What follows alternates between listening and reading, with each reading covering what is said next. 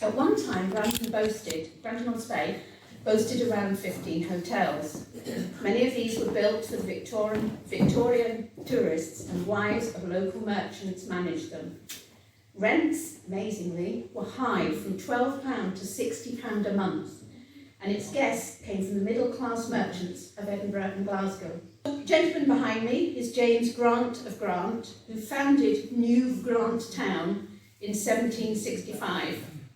He was mindful of the well-being of his people, but aware of the dangers of too much whisky, and so he established both an inn and a brewery. The first inn in Granton was run by Jeanette Mackenzie in Castle Road. She was a formidable character, and perhaps the mother of over 20 children. Within a year, this was taken over as a schoolhouse, shop, and finally demolished to become the police station, which we know now, although no longer a police station. The new town's main inn was set up by the founder and run by Philip Grant on what later became the orphanage. So you'll recognise the orphanage there, and if you look to the left-hand side, that's the Grant Arms Hotel, although it wasn't called that then. The site at the centre of the south side of the square had been earmarked for a purpose-built school, but due to bad harvests and lack of funding, the school was established in the first inn which James Grant had requisitioned. The site became a linen manufacturer, which was run unsuccessfully by Lewis Grant of Dalmeny, and this would later become the Grant Arms. So James Grant encouraged 3 of his employees to set up a brewing, baking and butcher meat selling partnership there, but it was not to be an inn.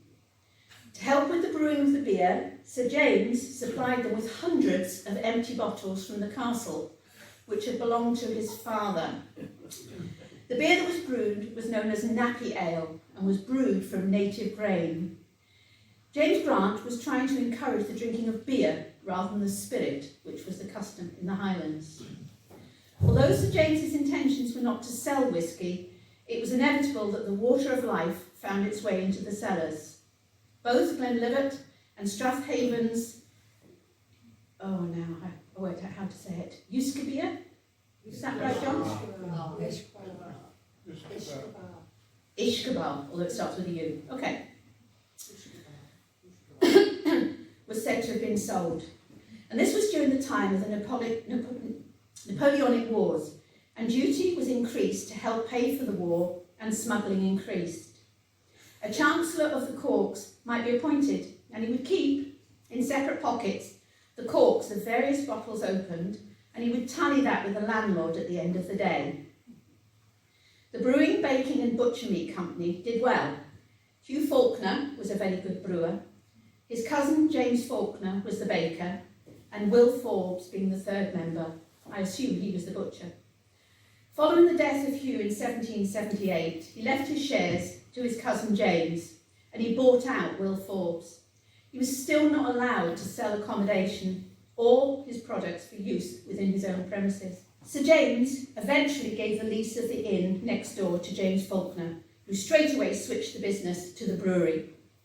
In 1781, it became Grantown's Inn, and it was licensed to sell beer, wines and spirits, and then to accommodate travellers. So this is the true date of the Grant Arms Hotel. However, things were not straightforward. James Faulkner was angry with Sir James as he'd allowed another baker to set up in the town. Along with claims that his ale was undrinkable, folk were taking up home brewing. His health was poor and the brewery declined. Hope I'm on the right slide. Yeah. In 1787, the inn came into the estate ownership, following a dispute which Henry Mackenzie, the great novelist and legal mind, resolved. James Faulkner moved to Pitmain to become the host of Bednock's main inn. In 1819, Robert Southey, who's Poet Laureate, accompanied by Thomas Telford, visiting his engineering projects in the Highlands, he kept a diary and then stayed in the Grant Arms. Robert Southey thought that the Grant Arms was a dull, Grantown, or Granttown, was a dull, uniform village.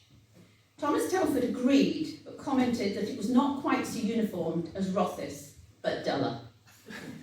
They were, however, very complimentary regarding the beautiful peat fire in the hotel. The landlady had to apologise for not having enough bread, as soldiers had stayed the night before and fresh supplies had not come in. They continued to discuss the furniture, feeling the landlord and landlady had wasted their money on good furniture for something really that was no better than a village alehouse and would not attract better customers. Look at it now.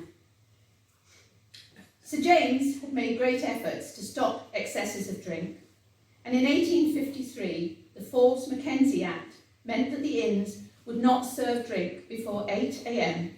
or after 11 p.m, except to those lodging on the premises. Police were given powers to enter premises serving drinks, as duty on excisable drink was introduced. There was a celebration dinner held in the Grant Arms in 1858, when John Charles, Earl of Seafield, became Baron Strathspey. Excess of drink wasn't adhered to, as it was reported that around 21 toasts were proposed and drunk before a bonfire was lit, fireworks were set off, and they went off to various places within the town for dancing. Tuesday, September the 4th, 1860, heralded a very important visitor. Queen Victoria wrote in her diary about the visit. Accompanied by her husband, Albert, Lady Churchill and General Grey, they stayed the night, having dinner and breakfast the next morning. She seemed very pleased with her visit. Grant Arms was rebuilt in 1873 to 1875 to designs by Marshall Mackenzie in case the Queen returned, in the same place as before. In 1878, July the 17th, there was a disturbance in one of the rooms. PC James Fraser, who attended the disturbance, was stabbed by Andrew Granger. James Fraser died 2 days later from his injuries and is buried in the Abernethy Church. Andrew Granger was given a 7-year penal sentence. In 1883, the lease for the Grant Arms ended. Mr. Fraser's lease expired and the new leaseholder became Mr. Mortimer of the Black Bull Hotel. This was well received by the town, who believed it would continue to be popular. In 1890s, the estate sold the Grant Arms to Captain MacDonald. The hotel was extended to incorporate the house known as the Gables by J.M. Munro, a Glasgow hotel specialist. Tourism continued to grow in Granton, and with it the Grant Arms. Many visitors have visited, including Emily Pankhurst, Ernest Shackleton, and in 1924, Sir Bernard Shaw. Granton also became a place for invalids and convalescents to come and stay. Interesting observation, particularly at the moment. A national report said that driving in Grantown should be avoided when on holiday at all costs due to the zealousness of the local constabulary in enforcing the speed limit. Yeah. The town council debated whether they should ignore the new rule or new law. The article was in the AA Journal. The year was 1909 and the speed limit 10 miles per hour. The war from 1939 to 1945 changed things. Grantown was an important military centre.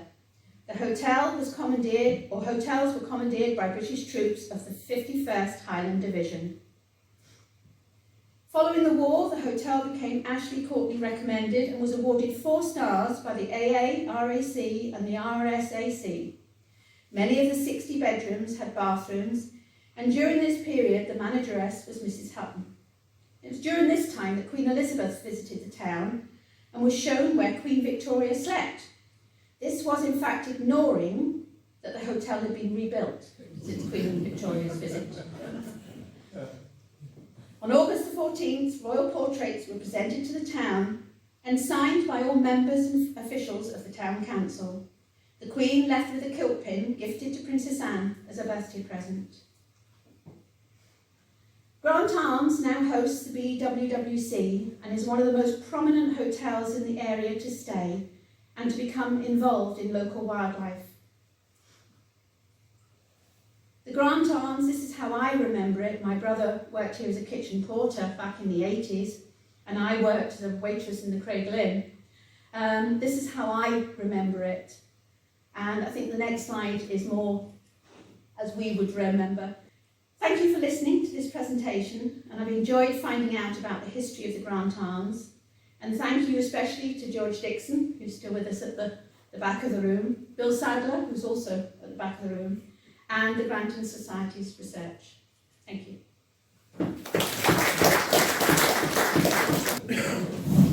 I think at this point, despite the fact I promised not to say anything, I've done very well until now. Surprise, surprise. But we must thank Jenny for basically organising this event and for that lovely presentation. And I learned quite a few things from that. I've been desperate to find the date of that 10 mile an hour thing. We have a very valued member of our trust there. So thank you very much indeed for that. And we will continue the story of the Grant Arms on Sunday afternoon, because at 2 o'clock outside here, you are invited to join us for a walk around the square, because that square is so full of history that in a couple of hours we could only get a wee glimpse of it. At 2 o'clock, Sunday afternoon, because it is our square, we own it, it was gifted to us, and so it's worthwhile everyone knowing a bit of its story. So thank you in advance for coming on Sunday, and thank you to Jenny for that. Thank you.